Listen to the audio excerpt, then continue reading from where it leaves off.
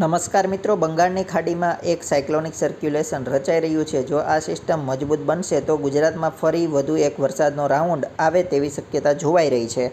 આ સિસ્ટમ ધીરે ધીરે આગળ વધશે અને મહારાષ્ટ્ર તરફથી ગતિ કરે તેવી શક્યતા જોવાઈ રહી છે. આ સિસ્ટમ મહારાષ્ટ્ર તરફ ફંટાતા મહારાષ્ટ્રમાં ભારે વરસાદ વરસી શકે છે.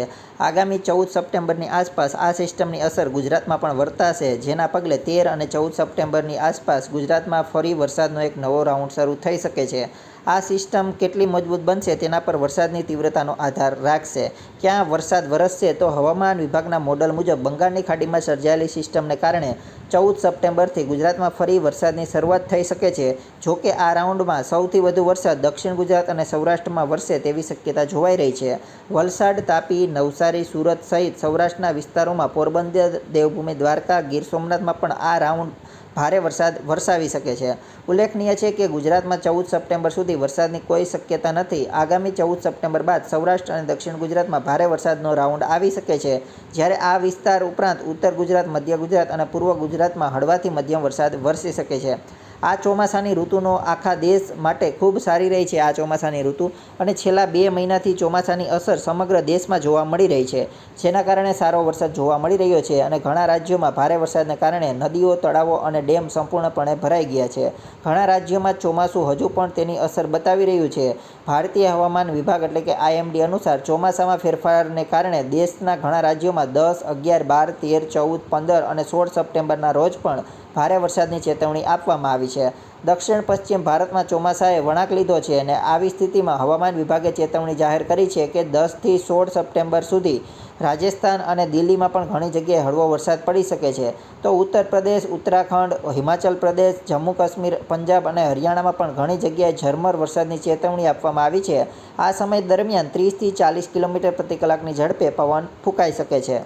તો બીજી તરફ હવામાન નિષ્ણાત પરેશ ગોસ્વામીની આગાહી મુજબ ગુજરાતમાં 4થી 8 સપ્ટેમ્બર દરમિયાન ચાલેલો વરસાદી રાઉન્ડ હવે સમાપ્ત થઈ ગયો છે. હવે રાજ્યના મોટાભાગના વિસ્તારોમાં વરસાદી વાતાવરણ દૂર થશે અને 10થી 15 સપ્ટેમ્બર સુધી ઉનાળા જેવો માહોલ જોવા મળશે.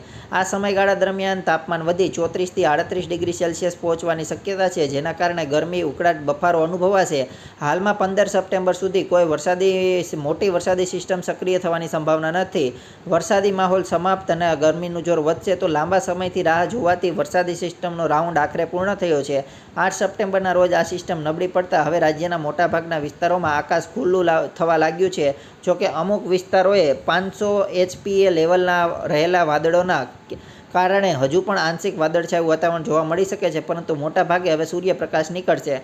તાપમાનમાં વધારો અને ભાદરવા જેવો માહોલ. ચોમાસાના અંતિમ તબક્કા અને સપ્ટેમ્બર મહિનામાં તાપમાન વધારો થવાનો છે અને સામાન્ય ઘટના છે.